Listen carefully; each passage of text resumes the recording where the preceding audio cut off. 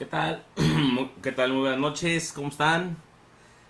Qué gusto saludarles en esta noche de viernes 11 de agosto del año en curso. Pues es un placer que me acompañen en esta conversación, en esta plática de viernes por la noche. Ahora sí, ya los viernes por la noche, ¿verdad? Noches, todos los viernes vamos a estar transmitiendo en punto de las 8 u 8 y cuarto aproximadamente, va dependiendo. Sin embargo, bueno, pues estamos aquí con el gusto de estar con ustedes, de difundir estos temas que les van a ser de mucha ayuda para su vida cotidiana. Muy buenas noches tengan todos ustedes. Los saluda con todo gusto el licenciado Alejandro Bendaño, abogado especializado en materia penal, familiar y civil. Pues ya estrenándonos con estas pláticas los días viernes. Sean muy bienvenidos todos. El día de hoy vamos a hablar sobre qué medidas deben tomar las mujeres víctimas de violencia familiar. Es un tema sumamente interesante. Ya no digamos de la violencia que se sufre en las calles, como pasó ayer con el caso de León, Guanajuato. Ya ven que aquella mujer que salió de su domicilio y la persiguió un sujeto. No sabemos si tenían un vínculo personal, no, hasta ese momento se desconoce. Sin embargo, en las imágenes del video se puede ver cómo la ataca directamente con un cuchillo y bueno, en fin, pues son lamentables estas imágenes que nos transmiten en las redes sociales. Y bueno, pues digo, la violencia está en todas partes. Entonces, nosotros hemos limitado este tema a la violencia familiar. ¿Qué hacer? ¿Qué medidas se pueden tomar? Las medidas legales y las medidas que de alguna manera representen una protección efectiva. Pues deseo que se encuentren muy bien. Soy el licenciado Alejandro Bendaño. ¿Cómo están? ¿Cómo les ha ido? Pues yo estrenando en los estudios de la especialidad que iniciamos el día lunes en la Universidad Nacional. Pues ya no me permitió estar con ustedes los días jueves, como de costumbre. Ya saben que luego pues estaba yo transmitiendo los jueves y ya no se pudo. Pero bueno, con el placer de estar con ustedes, deseo que se encuentren muy bien y espero que en viernes no los vaya a aburrir o que pueda yo pues sí llegar un poco a sus conocimientos. Bueno, pues el día de hoy vamos a tratar un tema que se denomina qué medidas deben tomar las mujeres víctimas de violencia familiar. Es decir, la violencia de género que se limita a la de orden familiar. No toda la violencia de género es violencia familiar, porque la violencia de género ya puede comprender otros entornos distintos al familiar. Puede ser el entorno educativo o escolar, el entorno comunitario, es decir, en las calles, puede ser en aquellos espacios privados, en el ámbito laboral, en el trato que hagan las instituciones públicas hacia las mujeres, también no solamente los entornos de tipo físico, sino también los de carácter virtual, es decir, las redes sociales, los medios de comunicación, en la forma en cómo se dirigen a las mujeres, en la forma en la que las protegen, en la forma en la que difunden la prevención de la violencia. Entonces, pues bueno, vamos nosotros a abocarnos al entorno familiar, que es algo muy común. De hecho, pues prácticamente cuando se analiza la violencia de género, pues se analiza el entorno familiar. Entonces, en mucho hemos comentado sobre qué es la violencia familiar, cuáles son sus modalidades, cómo es este fenómeno. Sin embargo, yo les voy a hacer saber cuáles son las medidas que se pueden tomar inmediatamente cuando se es víctima de violencia familiar por parte de las mujeres y realmente qué tanto nos ayuda, qué tanto les ayuda a ustedes en estos casos. Entonces, pues el día de hoy vamos a comentar sobre este tema. Ahí, pues coméntenme todas sus experiencias, sus comentarios, sus opiniones, sus inquietudes. Por favor, ahí aquí en el muro aquí en la publicación, en el espacio que pueden publicar, escríbanme por favor No olviden publicar esta transmisión que puede ayudar a muchas mujeres, que puede difundir a nosotros los hombres una mejor cultura de respeto y en ese sentido pueda ser de utilidad. Pues bueno, buenas noches, vamos a entrar al tema de hoy, que reitero, se denomina ¿qué medidas deben tomar las mujeres víctimas de violencia familiar? Bueno, pues bueno, antes que nada yo tengo que proceder con un cafecito, no sé ustedes que estén tomando,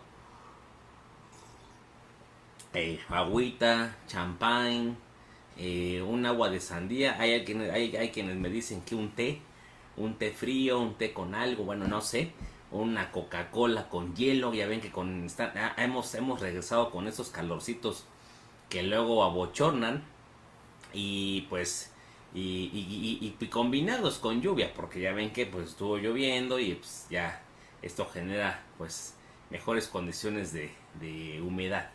Pero bueno, vamos a hablar sobre el tema.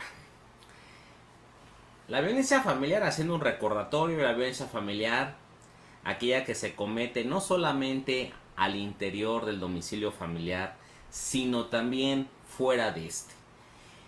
No, por eso me parece que los conceptos de violencia doméstica y violencia de género, para referirse únicamente a la de carácter familiar, son erróneos.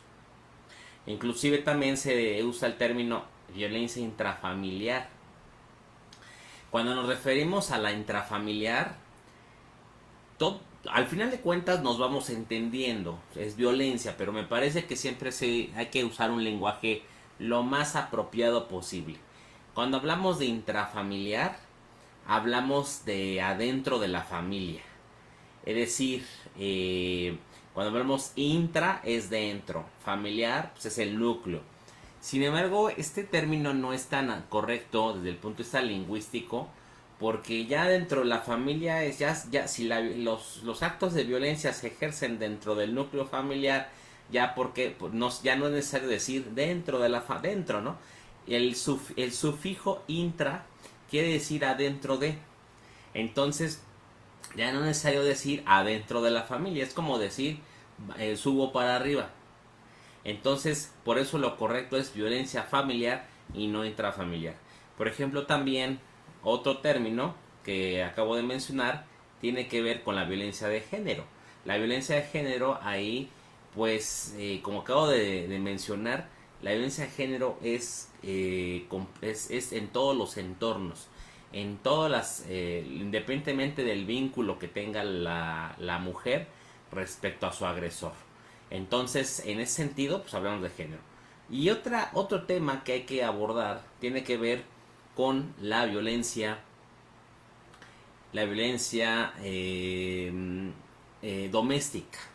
Con la violencia doméstica, por ejemplo, tenemos que tendría que ser cometida únicamente dentro del domicilio, cuando esta violencia muchas veces se ejerce fuera del domicilio. Entonces, este término de violencia doméstica no es el más correcto. El más correcto es violencia familiar. Bueno, en ese sentido partimos de las modalidades de esa violencia, es decir, cómo se puede cometer la violencia. Puede cometerse la violencia física, la violencia psicológica, la violencia patrimonial, la violencia económica, la violencia obstétrica y la violencia institucional. Es decir, la violencia institucional tiene que ver cómo las instituciones públicas o privadas violentan a la mujer, cómo mandan un mensaje o un discurso de odio o de rencor.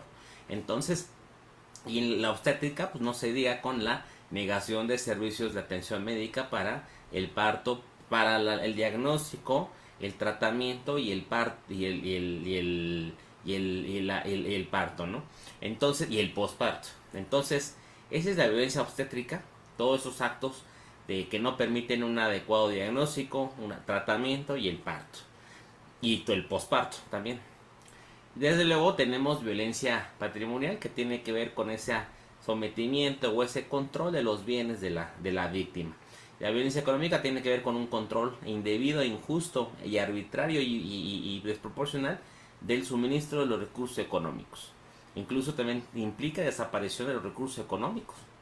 Y cuando el hombre a la mujer le desaparece su dinero, por ejemplo. Entonces, pero de manera injustificada.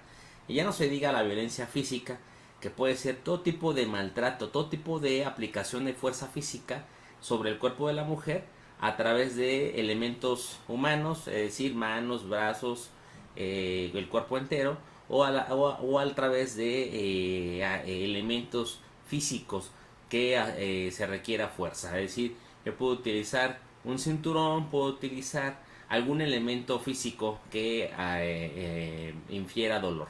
Entonces, y la psicológica no se diga, actos de indiferencia, de odio, de amenazas de intimidación, de celotipia, actos de manipulación, etcétera.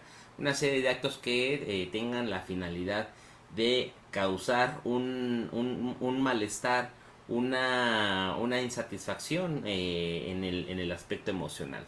Entonces tenemos estas modalidades. Ahora bien, pues sabemos que en el entorno familiar se generan círculos de violencia en la pareja. Los cónyuges, en los concubinos o los integrantes de la sociedad de convivencia, o en todas aquellas parejas que realmente no constituyan estos tipos de relación de pareja que acabo de comentar, que están reconocidas por la ley. Entonces se ejerce violencia física, se ejerce violencia psicológica, que es lo más común. La violencia física va acompañada de una violencia psicológica y de carácter económico cuando las mujeres no trabajan, o en su caso también puede venir una violencia patrimonial con pues comprometer los objetos personales y los documentos de identidad. Entonces, en ese sentido, bueno, va acompañado con toda una serie de actos de violencia. Y entonces, aquí lo más importante para quienes me escuchan es que exista las redes de apoyo familiar. Primero, que la mujer reconozca que está siendo víctima de violencia y que desde luego pueda tener a su disposición las redes de apoyo familiar, es decir, los padres, los hermanos, los tíos, los abuelos, que puedan crear un apoyo económico, moral, inclusive hasta legal y médico. No quiere decir que los familiares sean médicos o abogados, sino que en ese sentido puedan contribuir para que se dé una atención médica y legal. Entonces, la red de apoyo familiar es fundamental. También no se diga la red de apoyo social más extenso, como pueden ser los amigos, los profesores, cuando las alumnas ya que se adelantan a casarse, pues le cuentan a sus profesores, pasó esto y pasó lo otro. O también cuando son las instituciones públicas las que brindan el apoyo. Entonces, esta red de apoyo, porque si la mujer se queda sola, puede resultar más difícil el empoderamiento. Es decir, el empoderamiento no solamente como el que ya me di cuenta de este vicio, de este ciclo vicioso, sino esta posibilidad de perder la vida. Porque también si el ejercicio de la violencia física está haciendo al grado de amenazar o poner en peligro la vida, pues esto es fundamental para tomar decisiones. Entonces el empoderamiento no solamente es me doy cuenta, sino también me apoyo de las personas que están a mi lado y me apoyo de personas que están más allá. Es decir, la red de apoyo familiar, la red de apoyo social. Entonces, aquí ¿qué hay que hacer? Aquí es muy importante que se adopten medidas no solamente legales, y no solamente si yo se lo digo como abogado, medidas legales, sino también medidas de tipo médico, medidas económicas. Aquí es bien importante que de alguna manera la red de apoyo familiar pueda apoyar inmediatamente en la economía, más allá de que en su momento esa mujer que no viene teniendo trabajo pueda buscar un empleo, porque seguramente va a tener la necesidad de independizarse, y más aún si cuenta con sus hijos menores. Entonces, es importante las decisiones económicas, son importantes las decisiones que lleven a tener una asesoría legal efectiva. Es muy importante que se cuente con servicios de defensoría de oficio adecuados cuando no se cuenta con los recursos económicos suficientes, o en su caso de que si se van a pagar los honorarios profesionales de un abogado, lo sea a través de la familia, lo sea, es decir, esta red de apoyo familiar de la que he comentado. Es decir, el papá, la mamá o los hermanos le van a pagar el abogado que va a llevar su asunto. Entonces, eso no está nada mal. Entonces, si esta red de apoyo familiar puede superar los servicios de defensoría público, podría resultar mucho mejor. No quiere decir con esto que yo quiero denigrar al servicio público, a la defensoría pública, sino que los problemas que giran en torno o que adolece la defensoría pública muchas veces también llevan a que no se logre la justicia en México. Entonces, por eso dicen que la justicia es para quien la pueda pagar, ¿sí? Entonces, ahí en ese sentido, pues si se puede pagar un abogado, mucho mejor. Es muy importante la asesoría jurídica inmediata para que el abogado pueda determinar cuál es el problema que está sufriendo la víctima. Es decir, si es necesario que se acuda inmediatamente al Ministerio Público, o tenga que también paralelamente tenga que promoverse una demanda de orden familiar, es decir, reclamar si hay hijos menores, la guardia y custodia, la pensión alimenticia. En el caso de que hayan contraído matrimonio, solicitar el divorcio, ¿verdad? E inclusive en ese juicio de carácter familiar, también solicitar las medidas de protección. Algo también fundamental es que la acción legal que se tome, siempre pedir medidas de protección. Las medidas de protección que pueden pedirse desde una demanda hasta la denuncia penal que se presenta ante el Ministerio Público. Denuncia o querella que se presenta ante el Ministerio Público. Siempre es recomendable acudir a la agencia del Ministerio Público, siempre. Y que en la agencia del Ministerio Público puede irse, fíjense, en la Ciudad de México puede acudirse a cualquier agencia del Ministerio Público para denunciar esta violencia familiar. Podría ser que si la agencia a la que tú vas es incompetente por razón de territorio, porque las agencias del Ministerio Público en el Fuero Común en la Ciudad de México están organizadas en atención a la demarcación territorial, a la alcaldía. Entonces, y no solamente a eso, sino también están organizadas por colonias. O sea, por ejemplo, si tú vives en Álvaro Obregón y quieres denunciar en Miguel Hidalgo, sí te van a recibir sí te van a poder escuchar, sí vas a poder presentar esa denuncia, sí van a poder incluso tomar que el Ministerio Público ejerza las medidas pertinentes más prontas, como en este caso medidas de protección. Ahorita voy a comentar sobre las medidas de protección, pero aquí tenemos la situación de que el SMP te va a decir: yo no soy competente, sí te lo hago saber. El Ministerio Público va a tomar las medidas más conducentes, las más urgentes, pero tu carpeta, porque se va a iniciar una carpeta de investigación, es decir, un expediente para ello, se va a turnar a la agencia competente, es decir, a la que te toque de acuerdo a tu colonia. Entonces, ahí puede darse. Porque muchas veces, ¿qué pasa, no? Que la mujer sale del domicilio, sale con sus hijos del domicilio para no soportar más la agresión física.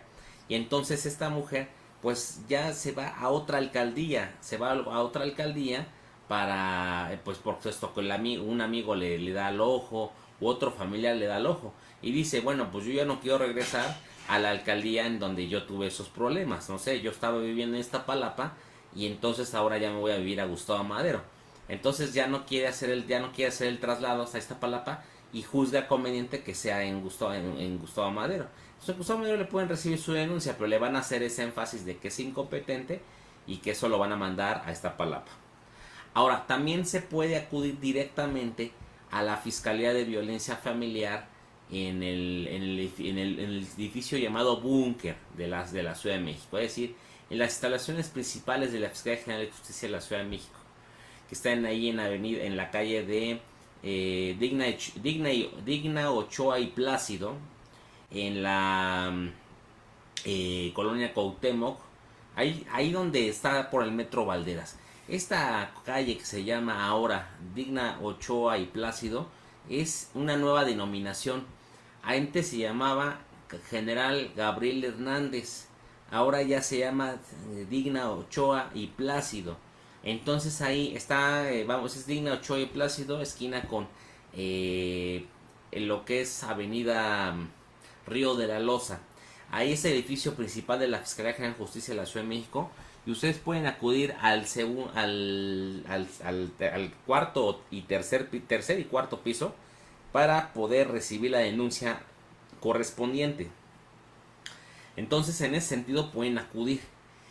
Y también pueden acudir al Centro de Justicia para las Mujeres. Hay uno en Iztapalapa, hay otro en Tlalpan, hay otro en Azcapotzalco. Y en ese Centro de Justicia para Mujeres están especializados en atender a mujeres violentadas. Ahí ese Centro de Justicia no solamente tiene un ministerio público, sino también tiene servicios especializados en materia de medicina, en materia de trabajo social. También incluso es muy importante recibir atención psicológica. Me parece que yo comentaba que se deben tomar medidas no solamente legales, sino médicas, de carácter médico, en caso de que haya golpes, en caso de que haya lesiones. Medidas económicas para que la red de apoyo familiar pueda solventar las necesidades de la víctima y sus también víctimas indirectas. También hay que hablar de que la víctima directa es la mujer agredida, pero pueden haber víctimas indirectas, como es el caso de los hijos menores. Estos hijos que presencian la violencia, que la escuchan, que la viven, que la han observado. Entonces, en ese sentido, son víctimas indirectas y deben ser atendidas junto con la madre. En ese sentido, tenemos que estos centros de justicia, las medidas también dije que era de carácter económico, pero también tienen que ser de carácter psicológico. Es bien importante seguir un tratamiento psicológico. Hay veces que uno dice, se confunde, a veces uno dice, bueno, estos tratos malos de la vida, estas acciones que he recibido, bueno, son golpes de la vida. Yo sabré cómo superarlos, yo sabré cómo yo salir adelante, pero bueno, yo ya soy suficientemente grande como para andar con esas tonterías. Y eso yo creo que está mal, así pensarlo, porque quedan secuelas de odio, quedan secuelas de, por ejemplo, ciertos miedos, ciertos temores para volver a tener una pareja, o por ejemplo, para incluso si hubo agresión sexual de la pareja, hay que tener mucho cuidado porque también ya la salud sexual se ve afectada, la mentalidad, cómo la mujer mira al hombre en la vida íntima va a ser fundamental para esa relación. Entonces ahí necesitamos un tratamiento psicológico especializado, un tratamiento que efectivo. Entonces no se puede como normalizar la violencia y decir, entonces yo no necesito de nadie. Hay veces que existe la inadversión o la poca confianza hacia las instituciones públicas, porque parece que entonces va la víctima y la revictimiza. Oiga, pues es que usted le decía a su esposo que lo quería mucho y luego después la violaba, ¿no? Pero pues entonces, ¿por qué lo provocó? O sea, entonces empiezan ya como a cuestionar a la víctima. Es decir, están revictimizando. Entonces, situaciones como, ¿por qué usted lo permitió? ¿No? O sea, ya empiezan como trasladar la culpa hacia la mujer. Y entonces ahí es donde entonces se pierde la confianza institucional de estos centros de apoyo psicológico. Y es por eso que las víctimas muchas veces dicen, no, la verdad, pues es una pérdida de tiempo. O también muchas veces las horas que están en espera para ser atendidas. Les agendan cita para 5 o 6 meses, cuando la atención psicológica se requiere en forma inmediata. Ahora sí que es como parece el seguro social, ¿no? Realmente le dicen, bueno, pues casi casi te doy una cita hasta dentro de un año. Y resulta que después de esa sesión se va a requerir otra sesión dentro de medio año. Entonces, realmente ese tratamiento psicológico se vuelve tortuoso, se vuelve difícil y entonces desanima a las víctimas, no hay credibilidad. Entonces estos servicios de atención son deficientes en su organización. Muchas veces también en la profesionalización.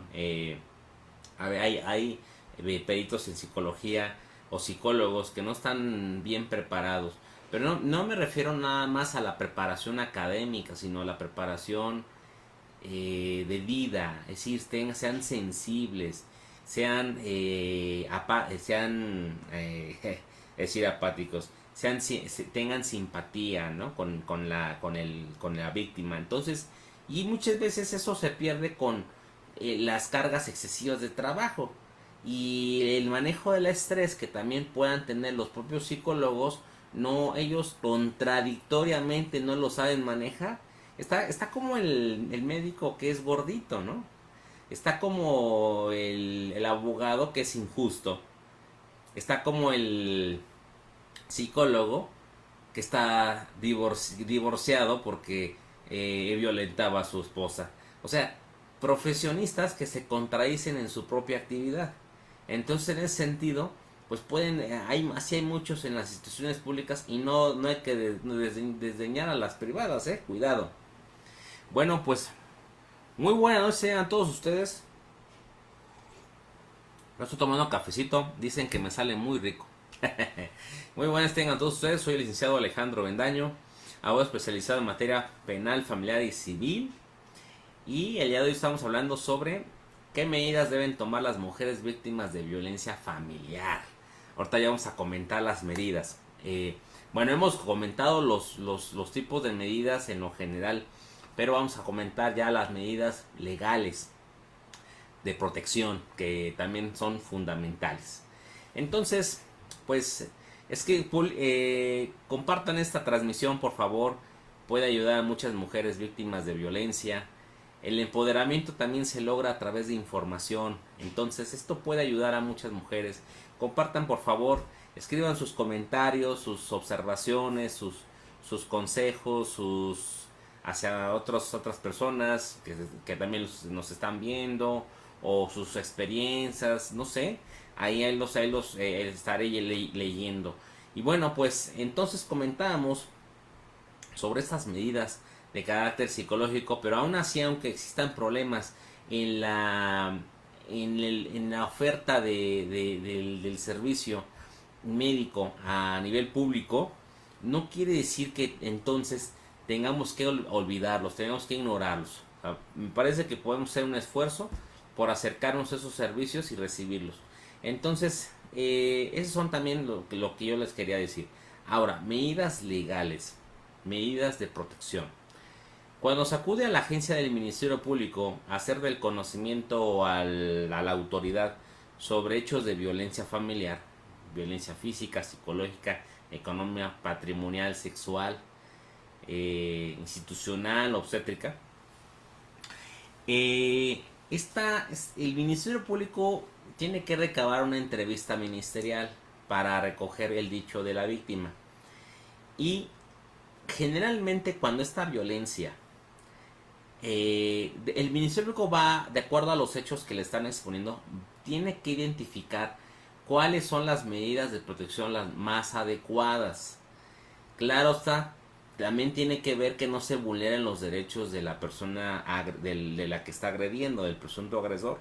O sea, el Ministerio Público no puede ser un linchador, un órgano vengativo en ese momento, ¿no? Decir, bueno, pues vamos con todo, vamos hasta prenderlo una vez, ¿no? O sea, ¿no? Tiene que como que ponderar los intereses de las partes. Entonces, por ejemplo, si la víctima dice que ya tuvo que salir de su domicilio, entonces habría que preguntarle si pudo sacar sus pertenencias. Bueno, en primer lugar, si salió del domicilio, habría que preguntarle si tiene la posibilidad de reubicarse en otro domicilio, de acuerdo a la red de apoyo familiar o a la red de apoyo social extendido. se le hace esa pregunta. Si contesta que sí, entonces no es necesario que se le remita a un albergue temporal, que se le pregunte si quiere que sea remitida a un albergue temporal o a una casa, a una casa refugio. Esta necesidad de la casa de refugio o la albergue temporal no es obligatorio, siempre es bajo consentimiento de la mujer agredida. Es claro que si no tienen un lugar a donde ir, pues la mujer pues, tiene que adoptar, ir a un albergue, ¿verdad? A un albergue temporal para que mientras pueda cesar la violencia y pueda también reubicarse. Entonces sería primero preguntar si ya se salió de su domicilio o permanece en el domicilio. Si salió del domicilio y si tiene un lugar donde reubicarse, bueno, entonces no tenemos problema. También habría que preguntar si tras salirse del domicilio pudo llevarse sus pertenencias de carácter personal, y es decir, objetos de uso personal y los documentos de identidad. Los objetos de uso personal suelen ser los peines, su ropa, sus, digamos, todo lo que tiene que ver con su cuidado personal, con su salud, ¿no? A lo mejor tiene medicamentos especiales, pues que son muy caros, pues también. Y ropa, calzado, objetos, peine, todos cosmetería, ¿no? Cosmético, todos los cosméticos, ¿ja? Y también es muy importante los documentos de identidad, es decir, su acta de nacimiento, su credencial de lector, si se llevó su cartera con sus identificaciones, sus tarjetas de crédito, de débito, si las tuviera, todos esos documentos que son inmediatamente necesarios. Entonces, perdón, se le pregunta ¿por qué? Porque una medida de protección que también se considera es que se recuperen estas pertenencias. El Ministerio Público ordene al presunto agresor a que le devuelva inmediatamente esas pertenencias. Obviamente se cita, se acude al domicilio por parte de la víctima y junto con la protección de policía de investigación, para que pueda recuperarse todas las pertenencias. Ahora bien, es bien importante también decir que si ella, al relatar lo que le sucedió, sigue viviendo en el domicilio, bueno, pues si sigues viviendo en el mismo domicilio que el agresor, esto puede representar una amenaza. Y más cuando los actos de violencia son drásticos, es decir, ya le puso golpizas, ya la amenazó de muerte, ¿no? O puede ser también violencia determinada que puede ir creciendo en intensidad. No sé si ustedes han visto el violentómetro. El violentómetro que inicia con la expresión de palabras. Y de la expresión de palabras llegamos hasta la muerte. Es decir, la violencia feminicida. Esther, buenas noches, tarde pero segura. ¿Cómo está? ¿Cómo le ha ido? Aquí tomando cafecito. Entonces, en ese sentido, pues el violentómetro que se ha creado desde las universidades tiene esa finalidad de identificar y visibilizar, sobre todo visibilizar la violencia que puede normalizarse en la cultura, como por ejemplo las palabras que antisonantes o las palabras que llegan a ser parte de un círculo de control, ¿no? Entonces, ahí hasta la muerte. Entonces hay que tener mucho cuidado porque esa violencia en el domicilio puede crecer. Entonces también una medida que se puede tomar es la salida inmediata del agresor. Y eso es que, una medida que mejora la vida de la mujer en ese momento. Porque ya no existe el agresor y ya estaría cesando hasta cierto modo esos actos de violencia. Esto independientemente de de quién sea el propietario y quién sea el titular de esa posesión. Es decir, si el propietario es el agresor, no importa, tiene que salir del domicilio. O sea, alguien podría decir, alguna mujer violentada puede decir, pues cómo, o sea, yo no creo sacarlo de su propia casa. Claro que se puede, claro que se puede sacarlo de su propia casa. ¿Cómo estás, Clau? Buenas noches, qué gusto saludarte, gracias por seguirme, qué amable. ¿Qué estás tomando? ¿Cafecito? ¿Lechera? No sé, esta calúa, ¿no? Hay una calúa que, no sé, un martini, o bueno, ya yo creo como es en viernes, ya estamos hablando hasta de bebidas, ¿no? Un martini, este que se sirve me parece que es un calúa, ¿no? El que es con leche y le pones un hielito y todo. O una caguama, o ¿cómo se llama? Una buena bebidita, ¿no? Una buena paloma, ¿no? También puede ser para los que estén en viernes. Pero bueno, yo al menos un cafecito. No tiene pique, ¿eh? No tiene piquecito. Entonces ahí aclaro, ¿eh? Bueno, entonces retomando, dice Clau, ¿puedo sacar a mi marido a sartenazos viernes relax? Por supuesto, podemos sacarlo. Así, mira, de bolón ping pong. Entonces decía yo que no importa si el agresor, el presunto agresor, ¿por qué se dice presunto? Porque la persona a quien se le atribuye el ejercicio de la violencia tiene diversos derechos, entre ellos el de presunción de inocencia. Y es donde se dice que no se presume su inocencia hasta que no se demuestre lo contrario. Entonces por eso habla de presunto, ¿no? Bueno, entonces, aunque el presunto agresor sea el propietario del inmueble, se puede sacar. Dice Clau, ¿qué pasó, Lee? Los abogados no toman. Yo estoy tomando, ¿eh? Por eso decía que no tiene pique el cafecito. yo pregunto, pues digo, a lo mejor ya traen una paloma, un calúa, un martini, ¿no? un rompope, ¿no? Pero bueno, entonces comentaba ese tema de que puede ser quien salga del domicilio. También puede ser el caso de que si el presunto agresor es el arrendatario, aquí tampoco importa. Si es arrendatario puede salir, lo podemos sacar, ¿sí? E incluso el Código Civil señala que se va a subrogar en la obligación la mujer que permaneciera en el domicilio. Habla del divorcio, pero también habla de la separación. Cualquier separación cualquier separación entre la pareja que obligue a que la mujer permanezca, entonces la mujer se va a subrogar esas obligaciones y derechos y ella se va a convertir en la arrendataria para efectos del contrato de arrendamiento. Entonces, siempre y cuando nada más pone la condición del Código Civil, pues que sí, que hayan vivido en el inmueble, ¿no? Entonces ahí no hay ningún problema. El contrato de arrendamiento va a seguir sus mismos efectos. No se va a hacer otro contrato, no va a acabar la relación contractual, no va a terminarse en forma anticipada el plazo del contrato, la duración del contrato, para nada, para nada.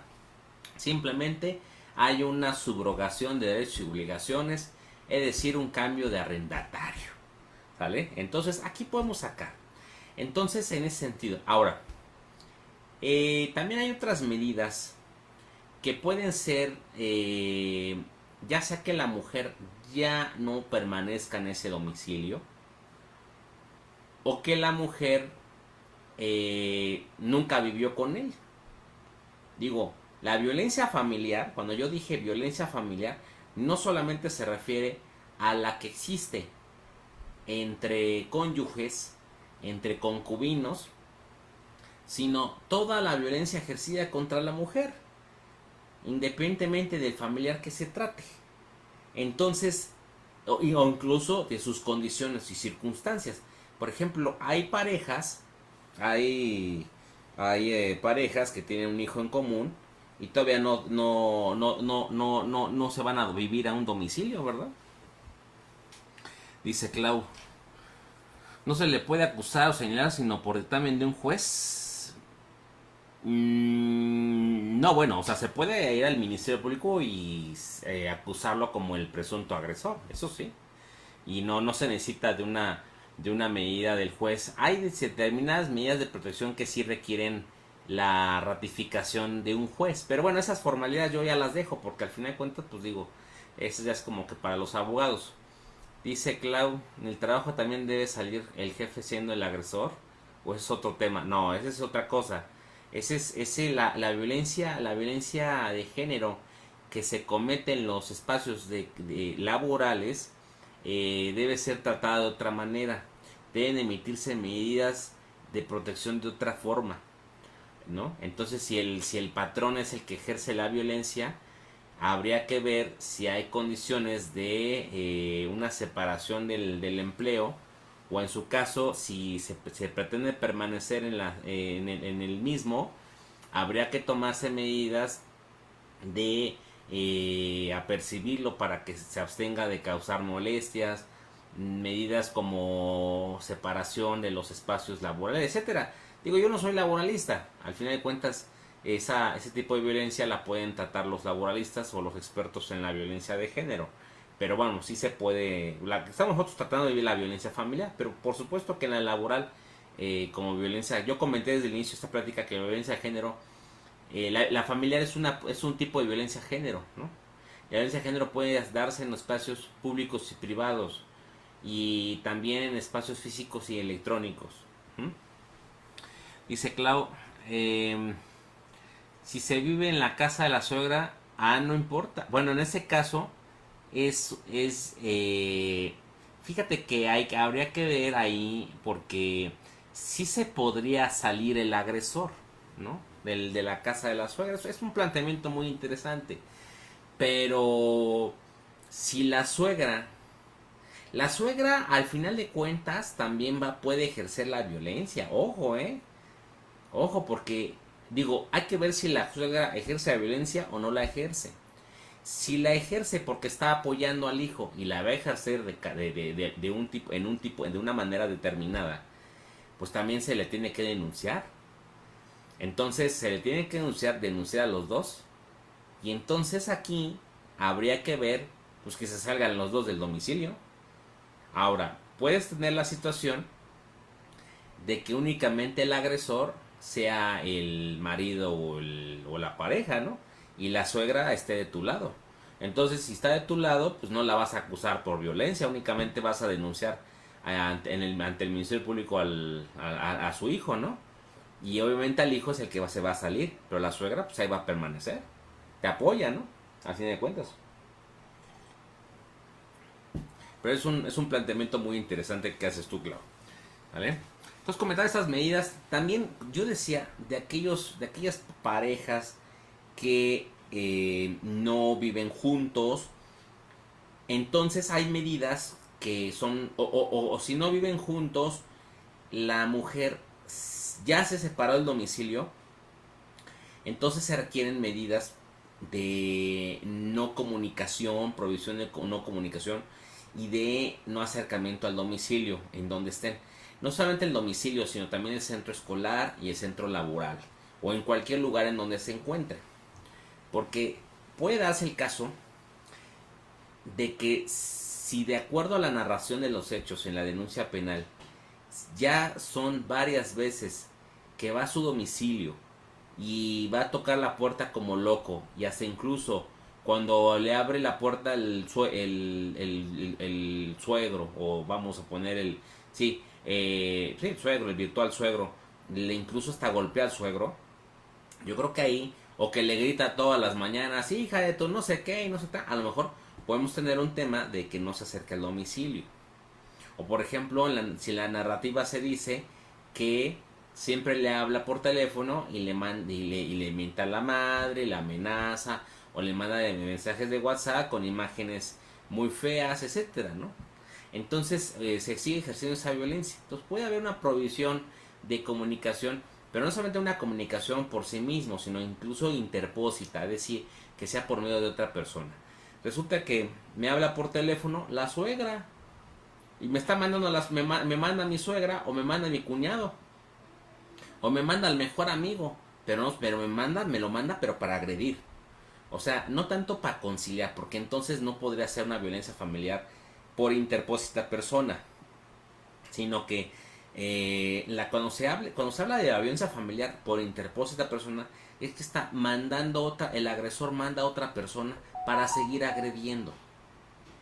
La violencia ya no la hace personalmente, por sí mismo, sino por interpósita persona. Entonces, estas medidas pueden ser de acuerdo a la narrativa de los hechos. Ahora, si en la narrativa no está exponiendo a la víctima nada que tenga que ver con actos reiterados de violencia que se cometan en su domicilio, fuera de su domicilio, o con motivo de la comunicación telefónica o de redes sociales, entonces no va a ser necesario una prohibición de comunicarse o de acercarse o de no entrar al domicilio, sino que puede decretar una medida mucho menos lesiva para el acusado, que podría ser el apercibimiento. ¿Qué es el apercibimiento? El apercibimiento es: te notifico para que te abstengas de causar todo tipo de molestias en la víctima. O sea, y en caso de que tú incumplas con esto, yo te puedo imponer una medida de castigo que puede ir de una multa hasta un arresto. ¿Sí? Y también muchas veces al mismo tiempo se decreta otra medida que se llama el famoso Código Águila, que no se trata de otra cosa sino la vigilancia permanente en el domicilio de la víctima. Es decir, que vaya una patrulla de la Secretaría de Seguridad Ciudadana, rondee en determinadas horas el domicilio, y que le va a ir a tocar a la víctima para decir cómo está, si la han molestado o no, y para que los policías se pongan a las órdenes de la víctima. Bueno, señora, entonces me pongo a sus órdenes. Yo voy a ser el policía que voy a venirle a tocar de vez en cuando para ver cómo está usted, y yo voy a estar rondando en determinadas horas. No a cada rato, pero voy a hacer mi rondín para ver que usted esté bien. Entonces es el famoso Código Águila. En el lenguaje, en el argot cotidiano, se llama Código Águila, o en el lenguaje de la fiscalía se llama el Código Águila, que es esa protección policíaca. Entonces, si la violencia no es extrema, no es una violencia latente, que se esté cometiendo en forma latente e ininterrumpida, entonces estas dos medidas de protección van a ser las que se van a decretar inmediatamente. La notificación, la notificación del apercibimiento. El apercibimiento, para que me entiendan, es como una advertencia. O sea, te notifico para advertirte que si tú sigues molestando, que te abstengas de cometer violencia, de cometer molestias. Y entonces que si lo sigues haciendo, te voy a multar o te voy a meter al arresto. Digo, cuando se dice arrestar, no estoy hablando de que lo van a prender, lo van a detener. Cuando hablo de arresto, lo van a mandar al Torito, ¿sí? Al Centro de Sanciones Administrativas en Tacuba. Ajá. Entonces ahí no es que lo manden al reclusorio ni al Ministerio Público. Lo van a arrestar para mandarlo al Torito. Y el Torito puede estar, dependiendo la medida, no puede superar 36 horas de castigo. Ya superada, si le dan 12 horas, 15 horas, 25 horas, 30 horas, 36 horas, tiene que permanecer ahí. Y ya puede retirarse a su domicilio. Pero es una forma de reprimir sus conductas.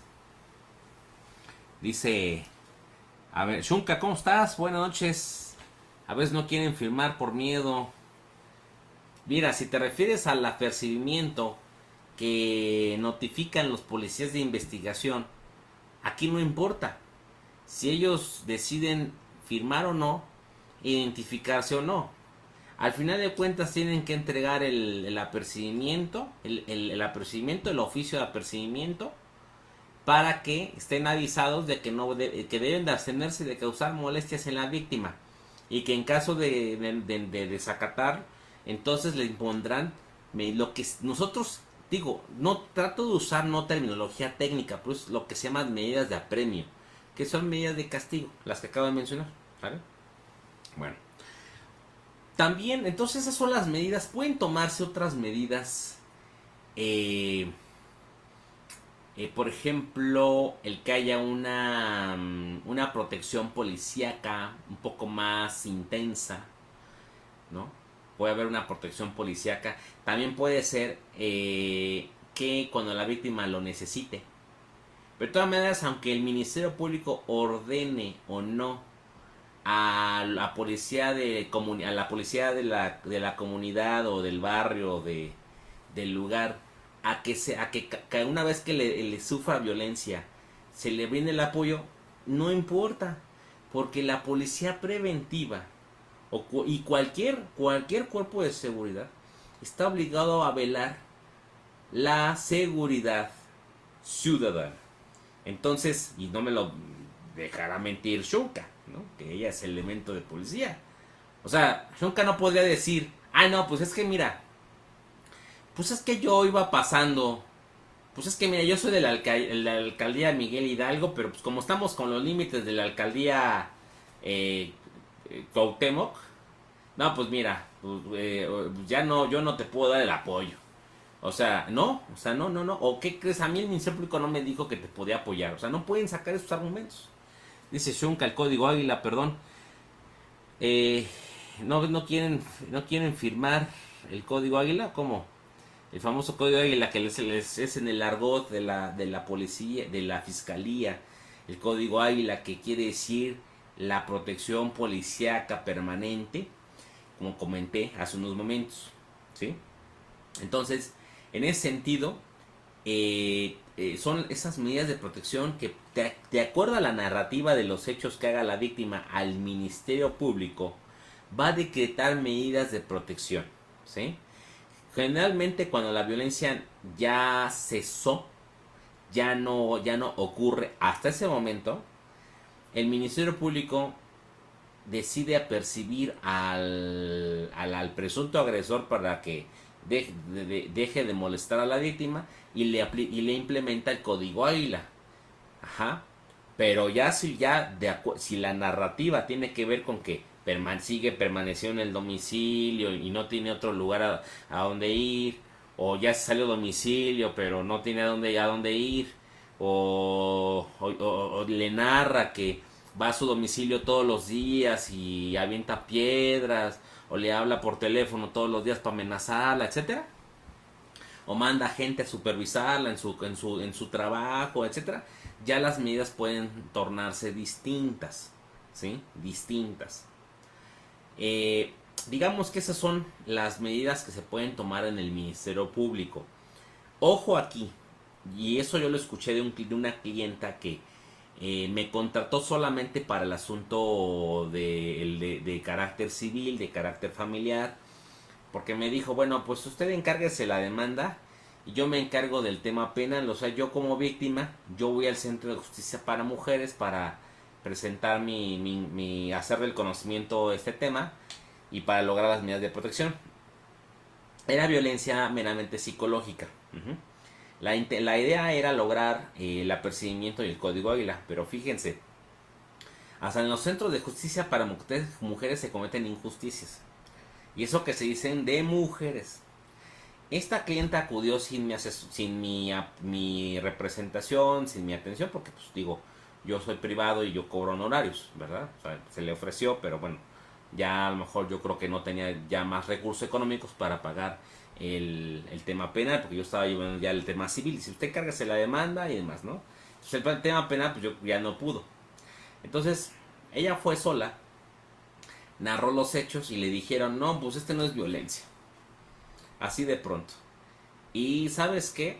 Pues no, no te puedo decretar medidas. La única medida que te puedo decretar es un código ágil.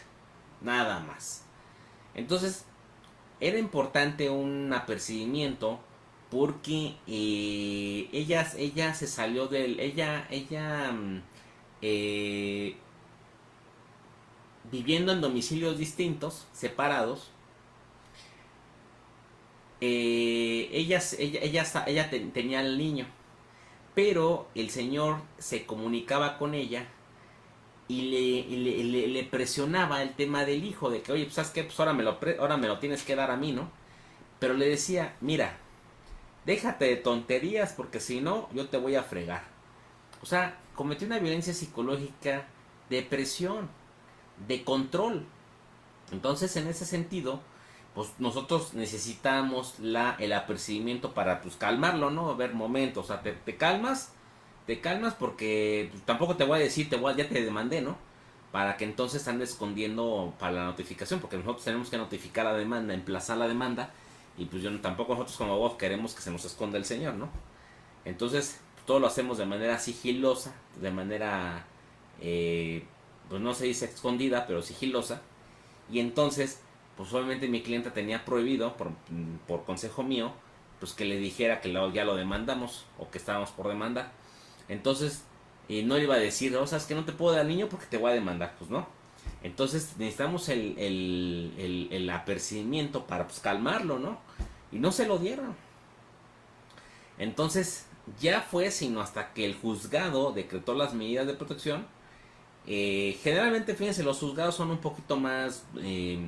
ellos ya no les importa la narrativa de los hechos. Generalmente los jueces, al admitir la demanda y al observar que se está narrando violencia, generalmente son más integrales en sus medidas. Es decir, no solamente es un apercibimiento para que evite molestias en la víctima, en la parte de actora o demandante, sino también no se acerca al domicilio.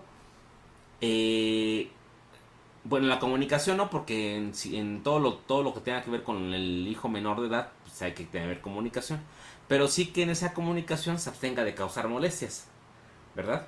Que no se acerca al domicilio, eso sí. Es decir, por tanto, se suspenden las convivencias, ¿verdad? Que venían teniendo con su hijo. O sea, aunque el juez no le diga literalmente suspende las convivencias, pues sí, al no acercarse al domicilio, pues ya no se va a poder acercar al niño, ¿verdad? No acercarse al domicilio y inclusive, bueno, cuando están viviendo juntos, la separación del agresor, eso sí, sin duda, porque no se le puede decir a la víctima, ¿sabes qué? Pues tú salte, ¿no? O sea, pues es su domicilio, es propietario él, o sea, salte tú, ¿no? Porque pues, ¿qué es fácil es decir, vamos a evitar la violencia alejándonos del agresor? No, pues qué padre, digo, muchas veces cuando en la violencia, hay mucha gente que dice, cuando tengas un violento enfrente, lo mejor es alejarte. Y puede ser, en términos generales, esto adecuado. Cuando un loco, ¿no? Dice, ay, es que trae un arma de fuego. O un loco que se sale de su coche para golpear a otro conductor, ¿no? Pues mejor vete del lugar, ¿no? Porque capaz de que destroza tus ventanas y lo que tú quieras. Pero no siempre es bueno. A veces es bueno encarar. A veces es bueno tomar otro tipo de medidas. No sé, llamar a la policía o incluso hasta ejercer legítima defensa. ¿Por qué no? Digo, yo sé que eso siempre y cuando haya una necesidad de primera mano, o sea, urgente, o sea, el ejercicio de una legítima defensa, ya sea por los medios que sean legítimos. Entonces, en ese sentido, en ese caso, no, o sea, ¿cómo o sea, no se le puede decir a la mujer, a veces hay concepciones erróneas aquí, porque alguien no puede decir, bueno, pues mejor, ¿sabes qué? Aléjate de la violencia, aléjate del agresor, ¿sabes qué? Salte del domicilio, ¿Qué es lo que esa es una recomendación? Fíjense que esa es una recomendación a veces errónea, porque dicen, bueno, pues tú salte del domicilio, pero imagínense las complicaciones de carácter económico. O sea, la mujer no trabaja, no tiene bienes, y para acabar, la red de apoyo familiar no funciona. No tiene padres, no tiene hijos, no tiene hermanos, primos, tíos que la puedan ayudar. Y la red de apoyo social extendido, como puede ser los amigos, amigos o vecinos, no la apoyan. Entonces ahí, ¿qué pasa? Bueno, pues entonces ahí pues resulta peor salirse del domicilio, ¿no? ¿No creen? Para reubicarse en un lugar, bueno, pues está difícil. Que el Ministerio Público puede mandarte a un albergue temporal o un refugio, pues claro, ¿verdad? Entonces, que por cierto, no les dije la diferencia entre refugio y albergue temporal. El albergue temporal es cuando ellos tienen otro lugar a donde ir. Ujú. Y el refugio es en aquellos lugares donde se protege ante una violencia extrema. Es decir, que el agresor la anda buscando así para matarla. El refugio representa un lugar mucho más seguro para la víctima. Ante una violencia enormemente, digamos, grande, ¿no? Entonces las casas de refugio sirven para eso, y las casas de refugio generalmente pues son lugares cerrados. Y las casas de los albergues temporales también, pues en las albergues temporales tienen a personas que no tienen tienen un riesgo menor. Y en los albergues, en los refugios tienen un riesgo mayor. ¿Sale? Bueno, entonces, pues es erróneo decirle a la víctima que se salga del domicilio, ¿no? Entonces, ahora, muchas veces hay que tener cuidado porque dices, bueno, te quedas en el domicilio, pero si en ese domicilio vas a compartir áreas comunes con familia del agresor que también sería capaz de agredirte, hasta incluso de matarte, entonces lo más razonable es que sí te salgas, ¿verdad? Cuando el riesgo es de todos, bueno, aquí cabe la posibilidad de que si como antecedente existe violencia de toda la familia, pues denunciar a toda la familia, ¿verdad? Digo, yo no conozco casos en los que todo un edificio tenga que desalojarse. No sé. Yo no vería ningún impedimento, pero se vuelve más compleja para la autoridad. Una decisión de este tipo se vuelve más complejo. O sea, entonces, como que vamos a poner que vamos a poner que en el predio son 3 hermanos que todavía viven, más el agresor son 4. Pero esos 3 hermanos viven con sus respectivas familias. Entonces, en áreas comunes ejercen la violencia, agreden a la mujer. Entonces, ahí es donde tenemos un gran problema, porque sacar a 3 familias más aparte el agresor, pues resulta un poquito difícil, ¿no? Aunque no imposible, pero resulta difícil y complejo. Entonces ahí a veces es necesario, pues, para que sea más efectivo, que se salga la víctima, ¿no? Entonces hay que juzgar el caso en concreto para, pues, poder definir. ¿Sale? Bueno, estas son las medidas de protección. Estas medidas que... Nada más hay un tema. Que las medidas tienen una duración. Y la duración son por 60 días. Es decir, 2 meses. Pudiéndose prorrogar por otros 60 días. ¿Sí? O sea, ya es hasta medio año. Entonces quiere decir que ya después de medio año ya no podemos tener medidas de protección. Si está todavía la investigación en curso, ya no habrá medidas de protección. Lo sugerente es que si el asunto está ante el Ministerio Público, es decir, si ya se te acabaron los 6 meses, entonces generalmente en casos drásticos las medidas deben continuar por todo el tiempo que dure el procedimiento. Estas medidas, me parece que es erróneo decir que tengan una cierta duración en los casos de violencia contra la mujer. Entonces, más bien sería por todo el tiempo que dure el procedimiento legal. incluso en materia familiar es durante todo el juicio. Entonces aquí no podemos limitar a 60 días o a medio año. Por eso es muy importante que tengan un buen defensor, ¿sí? Un buen defensor para ello. Bueno, pues son medidas que acabo de comentar, las medidas de protección. También incluso se pueden tomar las medidas de protección con base en la ley de acceso a las mujeres a una vida libre de violencia de la Ciudad de México. Estas medidas son casi iguales a las que prevé la ley penal. Pueden tomarse otro tipo de medidas, por ejemplo, que se entreguen los pasaportes de los hijos menores, que se haya entrega de restitución de menores cuando requieran cuidados especiales, por ejemplo los bebés.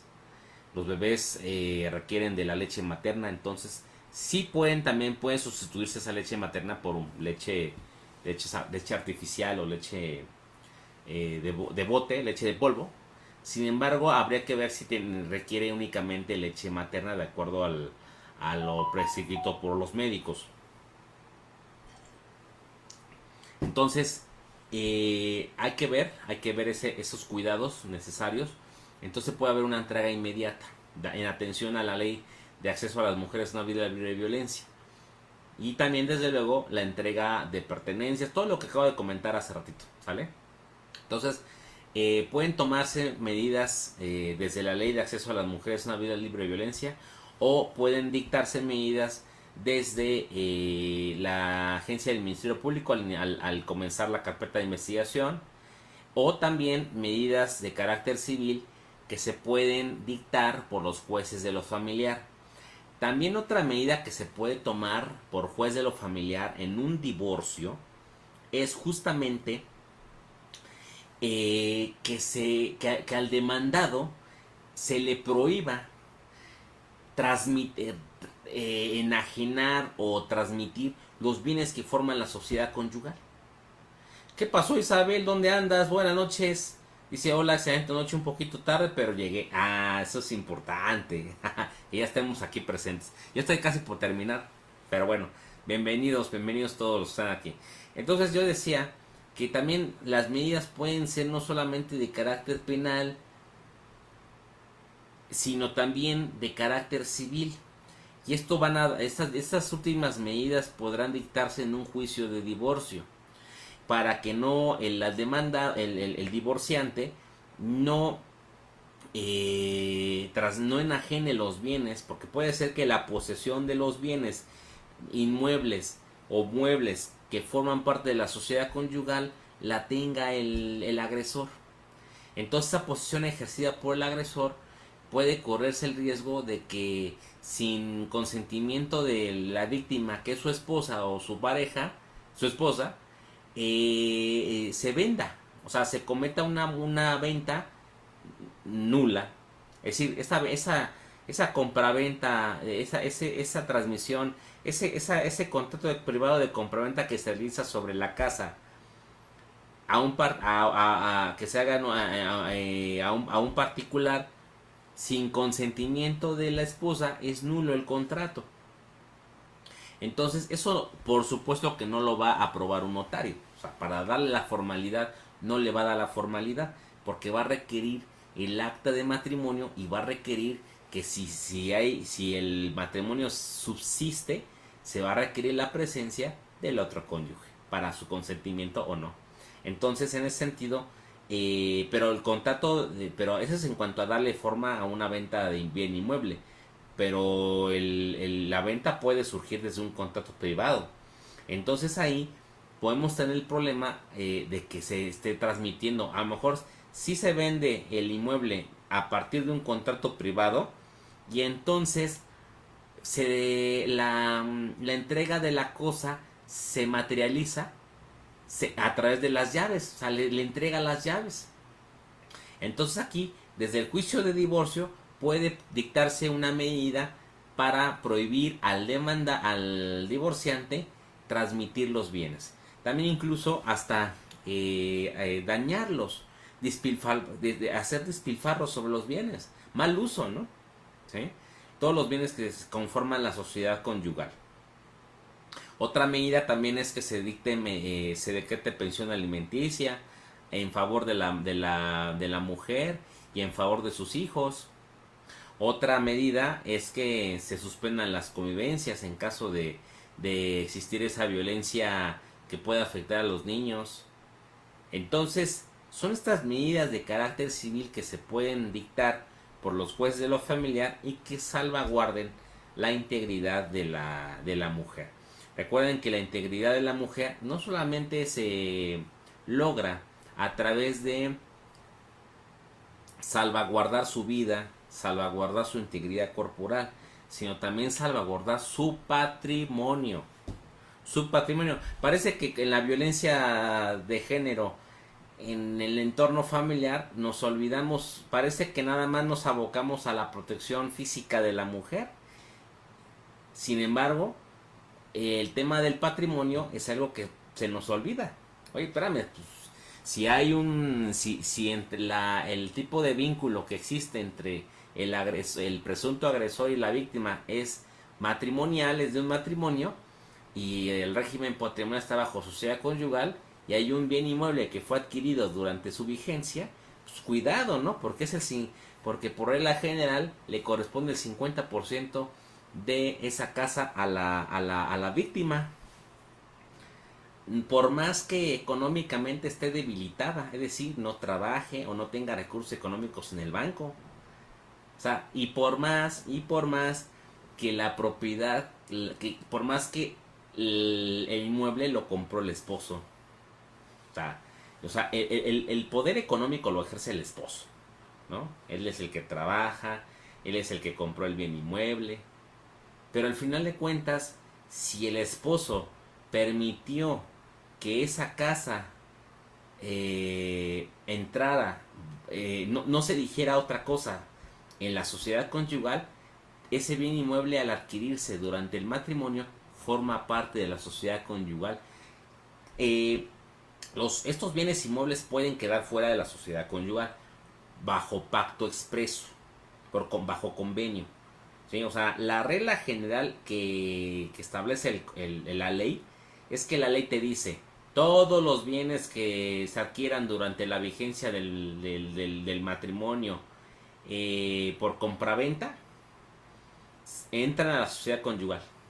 Sí, claro, hay excepciones, porque si se adquiere el bien inmueble por herencia o por donación o por don de la fortuna, te lo encontraste, no sé, a lo mejor es una obra de arte que te encontraste, pues obviamente por don de la fortuna. Entonces, si te fue don de la fortuna o te heredó durante el matrimonio, se murió tu papá y te heredó la casa, pues obviamente esos bienes no entran en la sociedad conyugal, lo dice la ley.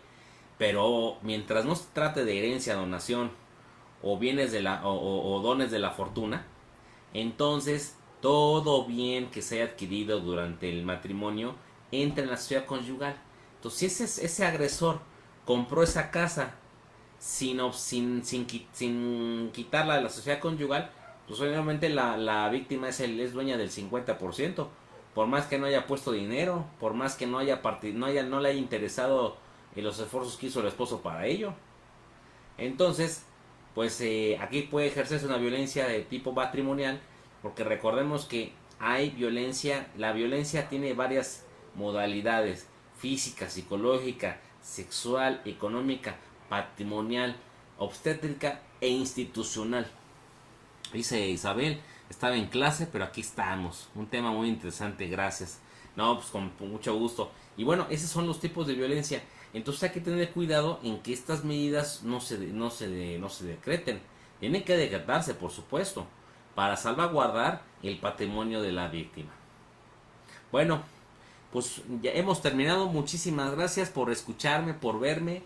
Cualquier duda que tengan, por favor escríbenmela aquí abajo. Mis números telefónicos para generar una cita, para poder yo opinar sobre un asunto, poder representarlos en el Ministerio Público, llevar sus asuntos en los juzgados. En la parte de arriba tienen mis números telefónicos. Recomiéndenme, por favor, para las personas que lo necesiten. Y estamos en contacto el próximo viernes, ya los viernes, porque ya ven que yo voy a la especialidad de de Derecho Civil en la UNAM, entonces no puedo ya los jueves, nos veríamos los viernes, nos vemos el próximo viernes en punto de las 8 de la noche, Dios mediante, y bueno, pues compartan esta publicación que será de ayuda para todos. Cuídense mucho, por favor, que tengan excelente noche y nos seguimos contactando por esta red social. Hasta luego, bonita noche.